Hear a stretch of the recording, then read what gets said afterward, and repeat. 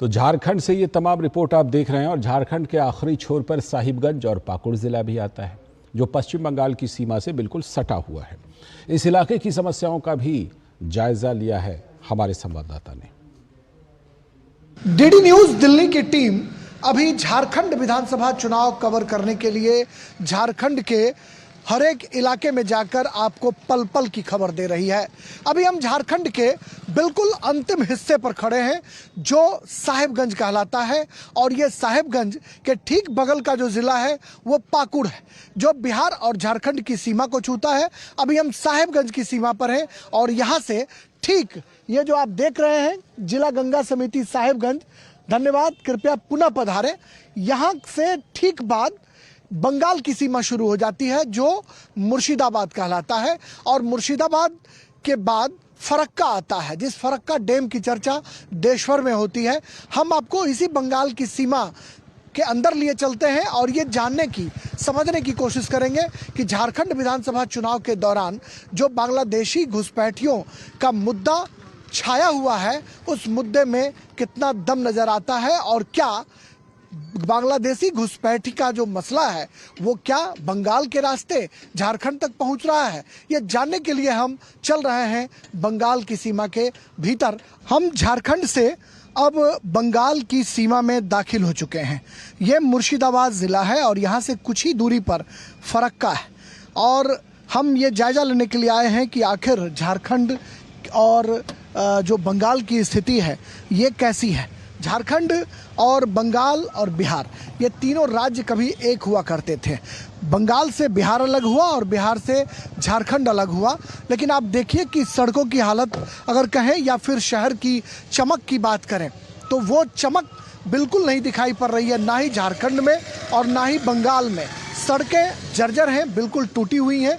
और अगर पॉलिटिक्स की बात करें तो यहाँ के लोग पॉलिटिक्स जो है, जो बांग्लादेशी घुसपैठिए का जो मसला है उस मसले का कहीं ना कहीं बंगाल भी एक बड़ा गवाह है।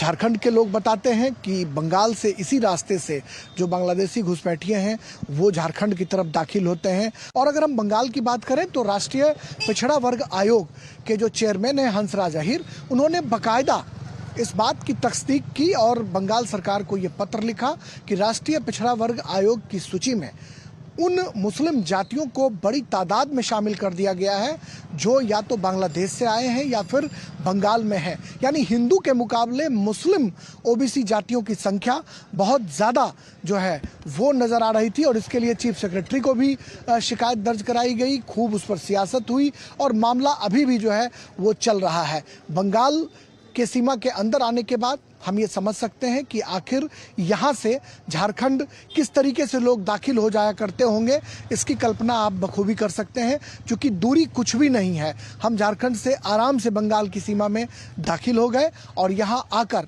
हमने देखा कि बंगाल में भी गरीबी है और झारखंड का जो वो इलाका है वो भी गरीबी है और बिहार जो है वो बिल्कुल सटा हुआ है। यानी बिहार, बंगाल और झारखंड की सीमा पर हम अभी खड़े हैं जहां पर हम बांग्लादेशी घुसपैठिए का जो मसला झारखंड विधानसभा में तैर रहा है, लहर रहा है, उसका हम बखूबी जायजा ले रहे हैं। कैमरामैन संदीप के साथ मुर्शिदाबाद से मैं राजेश राज, डीडी न्यूज़ के लिए। ये ग्राउंड रिपोर्ट आपने राजेश राज हमारे संवाददाता की देखी है, तो और क्या कुछ वहाँ के इस रिपोर्ट से जुड़ी हुई और कुछ बातें हैं जिस पर हम बात करने के लिए जुड़ते हैं। राजेश राज हमारे साथ जुड़ चुके हैं। राजेश, ये तमाम जगह की जो आपकी ग्राउंड रिपोर्ट थी वो हमने देखी, आपने दर्शकों को दिखाई और उसमें ख़ास तौर पर एक बात पर ज़रूर आपसे बात करना चाहूँगा। जो बांग्लादेशी घुसपैठ हैं वो इन इलाकों में काफ़ी घुसपैठ कर चुके हैं। आपने अपनी रिपोर्ट में एक बात का जिक्र किया कि जिस तरह पश्चिम बंगाल में ओबीसी की लिस्ट में छेड़छाड़ किया गया, आपको याद होगा राष्ट्रीय ओबीसी आयोग ने इसको लेकर पश्चिम बंगाल सरकार से जवाब तलब भी किया था। क्या ऐसा ही कुछ इन इलाकों में भी हुआ है? क्या झारखंड में भी ओबीसी लिस्ट वगैरह में किसी तरह शामिल किया गया इन घुसपैठियों को? देखिए, झारखंड में ओबीसी की जो सूची है उसमें किसी भी तरह के छेड़छाड़ की पुख्ता जानकारी जो है वो अभी तक नहीं मिल पाई है, या फिर राष्ट्रीय पिछड़ा वर्ग आयोग के जो अध्यक्ष हैं हंसराज अहीर, उन्होंने जिस तरीके से पश्चिम बंगाल सरकार से जवाब तलब किया था कि ओबीसी की जो सूची है उसमें विभिन्न जो मुस्लिम संगठन के लोग हैं, मुस्लिम समुदाय के लोग हैं, उनकी संख्या कैसे बढ़ गई है, उस तरह की बातें झारखंड में सामने नहीं आई हैं। लेकिन जो बरहेट या फिर जो साहेबगंज पाकुड़ का जो इलाका है जहां से रिपोर्ट हमने आपको पेश की, उन इलाकों में जब हमने ट्राइबल्स लोगों से बातचीत की, जो आदिवासी समाज के लोग हैं जिनको मूल निवासी कहा जाता है कि ये मूल निवासी हैं, जल जंगल जमीन पर अधिकार जताने वाले लोग हैं और इनके हक हुकूक की बात करने वाली झारखंड मुक्ति मोर्चा की जो सरकार है वो लगातार जल जंगल जमीन को बचाने की बात करती रही है।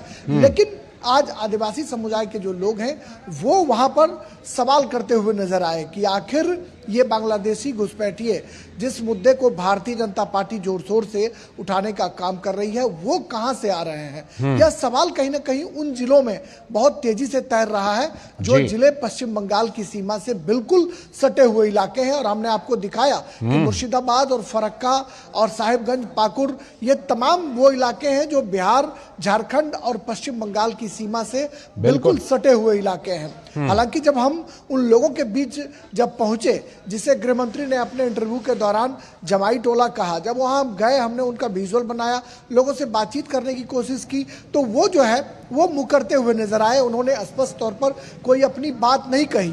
लेकिन जब हम शूट कर रहे थे तो उस दौरान उन लोगों के कान जरूर खड़े थे, वो इस बात की तस्दीक करते हुए जरूर नजर आ रहे थे कि आखिर हम कर क्या रहे हैं। लेकिन पुख्ता तौर पर अगर हम कहें तो उन लोगों ने अपनी बात नहीं रखी। लेकिन जो आदिवासी समाज के लोग थे उनकी बात आपने सुनी हमारे रिपोर्ट में। उन्होंने साफ तौर पर कहा कि ये बाहर से लोग आते हैं, इन्हें आधार कार्ड या और चीजें मुहैया कराई जा रही हैं। तो हम ये कह सकते हैं कि जो ये सियासत इस मुद्दे पर झारखंड विधानसभा चुनाव के दौरान तैरती हुई नजर आ रही है, ये एक बड़ा मुद्दा हम खास करके संथाल परगना के इलाके में बिल्कुल ये मुद्दा है। राजेश, झारखंड मुक्ति मोर्चा जो है इसको काउंटर करती है और कहती है कि कोई इस तरह की बातें नहीं है। ठीक है राजेश, हम जैसा कि हम जानते हैं कि आदिवासियों की जमीन की खरीद बिक्री उसको लेकर कितना कड़ा कानून है। तो ये जो घुसपैठिए आपने जमाई गांव, जमाई टोला दिखाया, इन्होंने इसका क्या तोड़ निकाला है और क्या इस तोड़ को निकालने में कहीं ना कहीं नेताओं का भी कोई संरक्षण है क्या? क्योंकि कल जो है कांग्रेस के एक नेता ने बयान दिया, कांग्रेस के प्रभारी ने, कि हम घुसपैठियों को भी सस्ता सिलेंडर देंगे। तो क्या इसका तोड़ निकालने में वहां कहीं ना कहीं नेताओं का भी संरक्षण है क्या राजेश? बिल्कुल सही कहा लालचंद्र आपने कि जो कांग्रेस के झारखंड के प्रभारी हैं गुलाम मोहम्मद मीर, उन्होंने एक आज जो बयान दिया है उसमें उन्होंने कहा कि हम सिलेंडर देंगे गरीबों को, उसमें ना हिंदू देखा जाएगा, ना मुसलमान देखा जाएगा और ना ही घुसपैठियों को देखा जाएगा। तो यानी हम ये कह सकते हैं कि एक रजामंदी की मुहर है कि अगर कोई बाहर का व्यक्ति भी आ रहा है तो उन्हें सरकारी सुविधाएं मिलेंगी, चाहे वो मैया सम्मान योजना हो या सिलेंडर देने की बात हो। ये तमाम जो मुद्दे हैं, इस मुद्दे की धमक, इस मुद्दे की गूंज स्पष्ट तौर पर संथाल परगना के इलाके में जरूर सुनाई पड़ रही है। लेकिन लोग दबी जुबान से इस मुद्दे को स्वीकारते तो जरूर है, लेकिन प्रखरता के साथ जो अपनी बात रखनी चाहिए वो नहीं होती है। जब हमने उस मुख्य जो मार्ग था जहां से हमने रिपोर्टिंग की, वहां के जब बाएं हिस्से में हमने देखा कि दूर दूर तक जो है वो खेत है, जो फसल वाली जमीन लहरा रही है, और उस फसल वाली जमीन में बीच बीच में एक एक घर बना हुआ है लालचंद, जो आप अमूमन देखेंगे कि इस तरह के ठिकाने आपको बहुत कम नजर आएंगे। कि लोग अगर घर है तो कोई मोहल्ला बसता है, अगर नई कोई कॉलोनी है तो जमीन काटी जाती है, बाकायदा उसमें 10 फीट का रोड छोड़ा जाता है, घरें बनती हैं, घरों पर घर बनते हैं। लेकिन यहाँ पर जो मैंने देखा अपनी आंखों से कि बहुत दूर दूर तक जो खेत है, उन खेतों के बीच में एक एक घर बना हुआ है और काफी दूरी दूरी में वो घर बना हुआ है। बिल्कुल, हमने आपके विजुअल के माध्यम से ये देखा है, आपके विजुअल के माध्यम से ये देखा हमने। एक सवाल मैं आपसे जरूर और पूछना चाहूंगा राजेश, हम जानते हैं कि दशकों के संघर्ष के बाद आदिवासियों के लिए झारखंड राज्य का गठन किया गया। अब जब इस तरह की खबरें आ रही हैं, और बात सिर्फ राजनीति की नहीं है, बात तो यह है कि झारखंड हाईकोर्ट भी इस पर कह चुका है तो जब अब इस तरह की बातें हैं तो झारखंड के जो निवासी हैं, झारखंड के जो लोग हैं, उनकी ज़हन में ये बात कितनी बैठ रही है कि दशकों लड़ाई लड़के झारखंड राज्य का हमने निर्माण कराया और अब उसी झारखंड में इस तरह से घुसपैठ होकर सब कुछ बदला जा रहा है।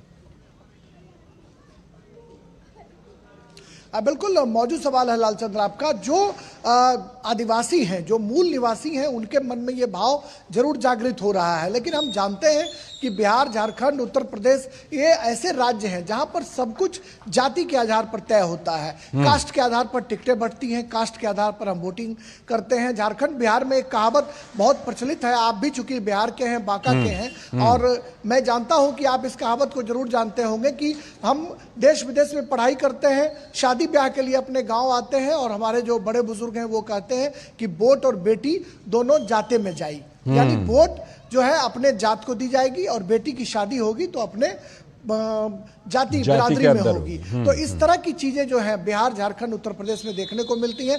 जनता कहीं ना कहीं बरहेट की जनता हो या फिर पाकुर या साहेबगंज की जनता हो, जो सोशल इक्वेशन है, सामाजिक जो समीकरण है, उसके आधार पर कहीं ना कहीं जो सामाजिक न्याय की बात करने वाली पार्टियां हैं, हेमंत सोरेन के नेतृत्व में जो सरकार चल रही है, उसके लिए कम से कम बरहेट की अगर बात करें तो बरहेट, सिकारीपाड़ा, लिट्टीपाड़ा, ये 3 विधानसभा ऐसे हैं जहां पर कि झारखंड मुक्ति मोर्चा का वर्चस्व रहा है। भारतीय जनता पार्टी कभी यहां पर जीत नहीं पाई है और इन तीनों क्षेत्रों में हेमंत सोरेन कभी हार नहीं पाए हैं। तो आप समझ सकते हैं कि जो संथाल परगना का इलाका है वो झारखंड मुक्ति मोर्चा का गढ़ माना जाता है। 18 सीटों में 9 सीटों पर जेएमएम, 4 पर कांग्रेस का कब्जा है और आरजेडी जो है उनको समर्थन कर रही है। आरजेडी के जो स्वजातीय मतदाता है, एमवाई जो समीकरण है, वो संथाल परगना के इलाके में काफी इंटैक्ट है। तो कहीं ना कहीं सब कुछ समझते हुए अगर लोग अनजान बने हुए हैं, वारदात हो रही है, घटनाएं हो रही है, लेकिन लोग अनजान हैं, जिसकी ध्वनि प्रतिध्वनि इस चुनाव में सुनाई पड़ रही है। सही आप कह रहे हैं। देखना होगा कि ये वोट भीड़ जो है वोट में बदलता है या नहीं, देखने वाली बात।